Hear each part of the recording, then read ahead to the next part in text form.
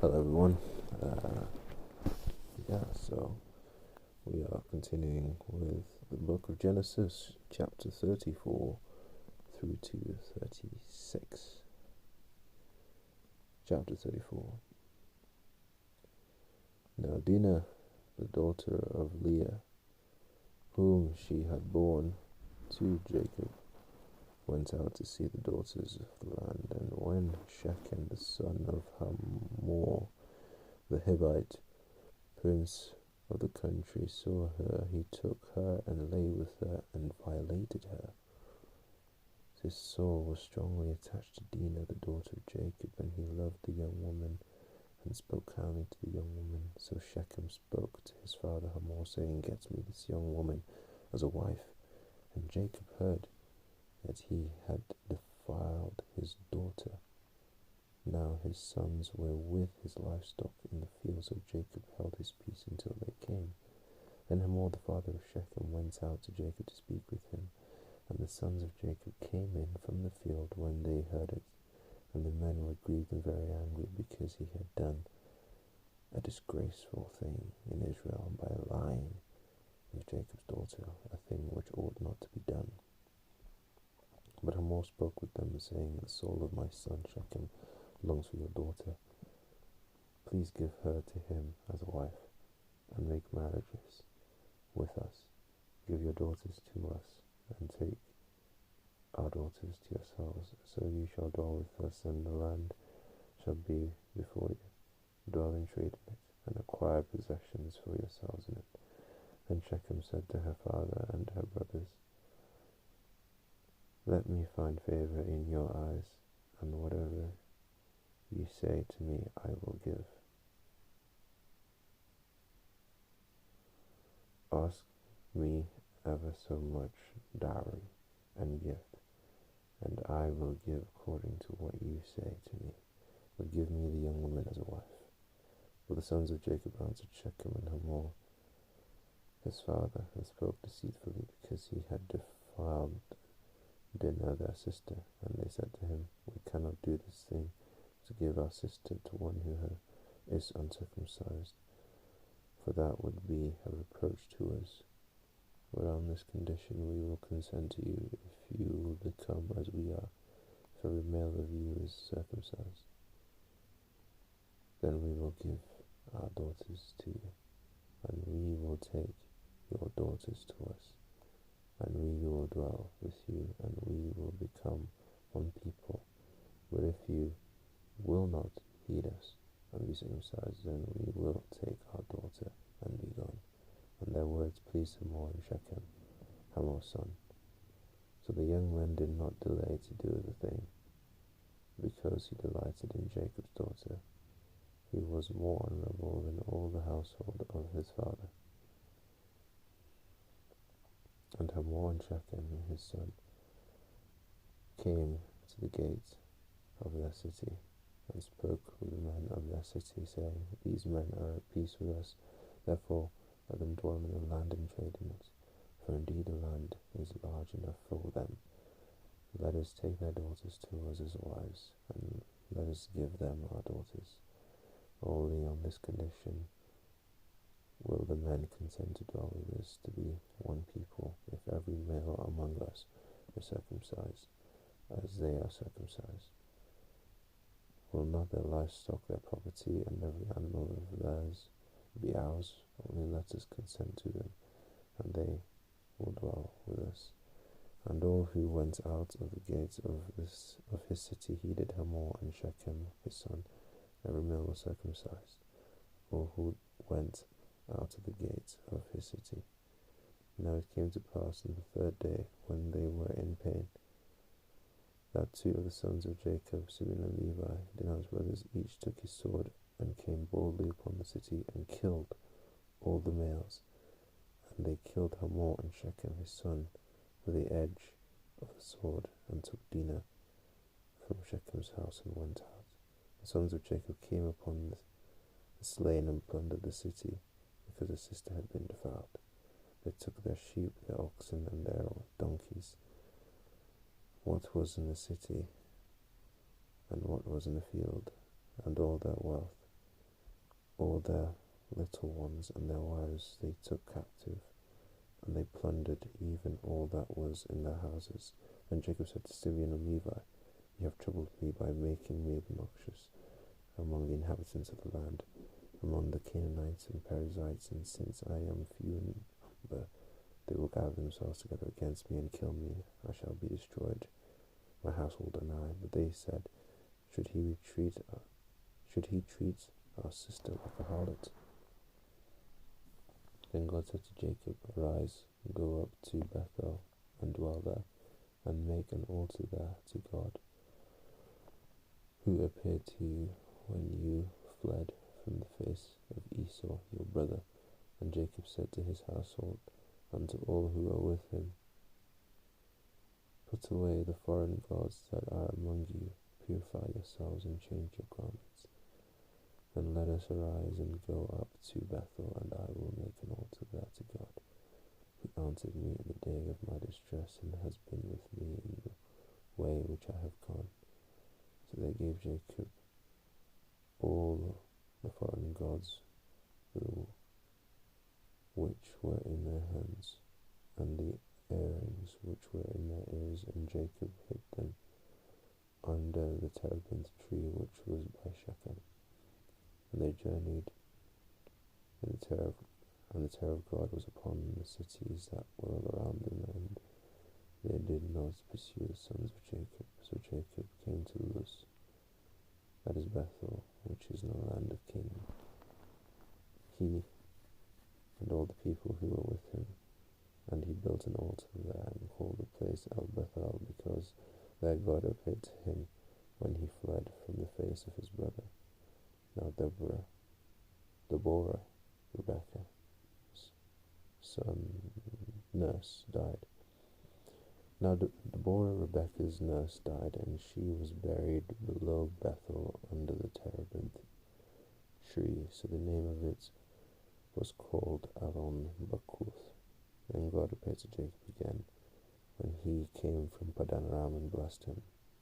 And God said to him, "Your name is Jacob. Your name shall not be Jacob anymore, but Israel shall be your name." So he called his name Israel. Also God said to him, "I am God Almighty. Be fruitful and multiply. A nation and a country of nations shall proceed from you, and kings shall come from your body. The land which I gave Abraham and Isaac I give to you, and to your descendants after you I give this land." Then God went up from him in the place where he talked with him.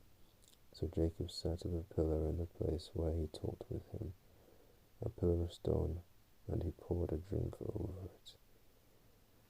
offering on it, and he poured oil on it. And Jacob called the name of the place where God spoke with him Bethel. Then they journeyed from Bethel, and when there was but a little distance to go to Ephrath, Rachel labored in childbirth, and she had hard labor. Now it came to pass, when she was in hard labor, that the midwife said to her, "Do not fear, you will have this son also." And so it was, as her soul was departing, that she called his name Ben-Oni, but his father called him Benjamin. So Rachel died and was buried on the way to Ephrath, that is Bethlehem. And Jacob set a pillar on her grave, which is the pillar of Rachel's grave to this day. Then Israel journeyed and pitched his tent beyond the Tower of Eder. And it happened, when Israel dwelt in that land, that Reuben went and lay with Bilhah his father's concubine, and Israel heard about it. Now the sons of Jacob were 12. The sons of Leah were Reuben, Jacob's firstborn, and Simeon, Levi, Judah, Issachar, and Zebulun. The sons of Rachel were Joseph and Benjamin. The sons of Bilhah Rachel's maidservants were Dan and Naphtali, and the sons of Zilpah, Leah's maidservants, were Gad and Asher. These were the sons of Jacob who were born to him in Padan Aram. When Jacob came to his father Isaac and Mamre, or Kirjath Arba, that is Hebron, where Abraham and Isaac had dwelt. Now the days of Isaac were 180 years, so Isaac breathed his last and died, and was gathered to his people, being old and full of days, and his sons Esau and Jacob buried him.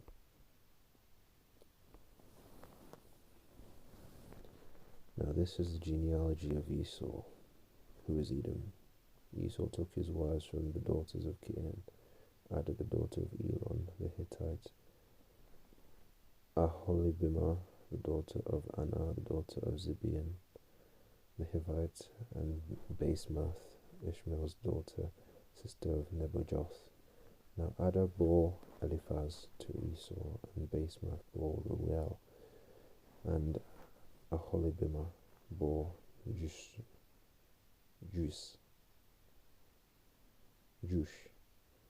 Jalam, and Korah. These were the sons of Esau who were born to him in the land of Canaan. Then Esau took his wives, his sons, his daughters, and all the people, and all the persons of his household, his cattle, and all his animals, and all his goods, which he had gained in the land of Canaan, and went to a country away from the presence of his brother Jacob. For their possessions were too great for them to dwell together, and the land where they were strangers could not support them because of their livestock. So Esau dwelt in Mount Seir. Esau is Edom. And this is a genealogy of Esau, the father of the Edomites, in Mount Seir. These were the names of Esau's sons: Eliphaz the son of Ada, the wife of Esau, and Reuel the son of Basemath, the wife of Esau. And the sons of Eliphaz were Teman, Omar, Zepho, Gatam, and Kenaz.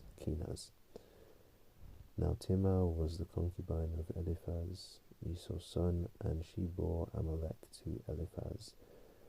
These were the sons of Ada, Esau's wife. These were the sons of Reuel: Nahath, Zerah, Shammah, and Mizah. These were the sons of Basemath, Esau's wife. These were the sons of Aholibamah, Esau's wife, the daughter of Anah, the daughter of Zibeon, and she bore to Esau Jush, Jalam, and Korah. These were the chiefs of the sons of Esau. The sons of Eliphaz, the firstborn son of Esau, were chief Teman, chief Omar, chief Zepho, chief Kenaz, chief Korah, chief Gatam, and chief Amalek. These were the chiefs of Eliphaz in the land of Edom. They were the sons of Ada. These were the sons of Reuel, Esau's son: chief Nahath, chief Zerah, chief Shammah, and chief Mizah. These were the chiefs of Reuel in the land of Edom. These were the sons of Basemath, Esau's wife. And these were the sons of Aholibamah, Esau's wife: chief Jush, chief Jalam, and chief Korah. These were the chiefs who descended from Aholibamah, Esau's wife, the daughter of Anah. These were the sons of Esau, who is Edom, and these were their chiefs. These were the sons of Seir the Horite, who inhabited the land: Lotan, Shobal, Zibeon, Anah, Dishon, Ezer, and Dishan. These were the chiefs of the Horites, the sons of Seir, in the land of Edom. And the sons of Lotan were Hori and Hemam. Lotan's sister was Timah. These were the sons of Shobal. Alvan, Manahath, Ebal, Shepho, and Onam. These were the sons of Zibeon, both Adjah and Anah. This was the Anah who found the water in the wilderness as he pastured the donkeys of his father Zibeon. These were the children of Anah, Dishon and Aholibamah, the daughter of Anah. These were the sons of Dishon, Hemdan, Eshban, Ithran, and Cheran. These were the sons of Izhar, Bilhan, Zavan, and Akan. These were the sons of Dishtan, Uz, and Aran. These were the chiefs of the Horites: Chief Lotan, Chief Shobal, Chief Zibeon, Chief Anah, Chief Dishon, Chief Izhar, and Chief Dishan. These were the chiefs of the Horites according to their chiefs in the land of Seir. Now these were the kings who reigned in the land of Edom before any king reigned over the children of Israel. Bel the son of Beor reigned in Edom, and the name of his city was Dinhabah. And when Bela died, Jobab the son of Zerah of Bozrah reigned in his place. When Jobab died, Hosham of the land of Temanites reigned in his place. And when Hosham died, Hadad the son of Bedad, who attacked Midian in the field of Moab, reigned in his place, and the name of his city was Avith. When Hadad died, Samlah of Masrekah reigned in his place. And when Samlah died, Saul of Rehoboth by the river reigned in his place. When Saul died, Baal-Hanan the son of Akbor reigned in his place. And when Baal-Hanan the son of Akbor died, Hadar reigned in his place, and the name of his city was Pau. His wife's name was Mehetabel, the daughter of Matred, the daughter of Mezahab.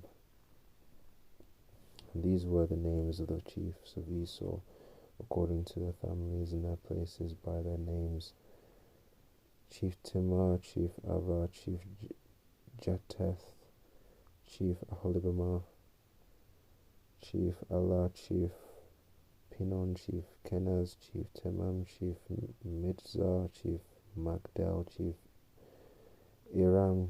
These were the chiefs of Edom, according to their dwelling places in the land of their possession. Esau was the father of the Edomites.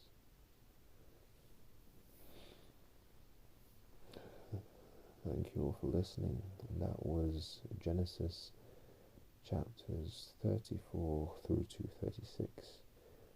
I hope you all have a great day and night ahead.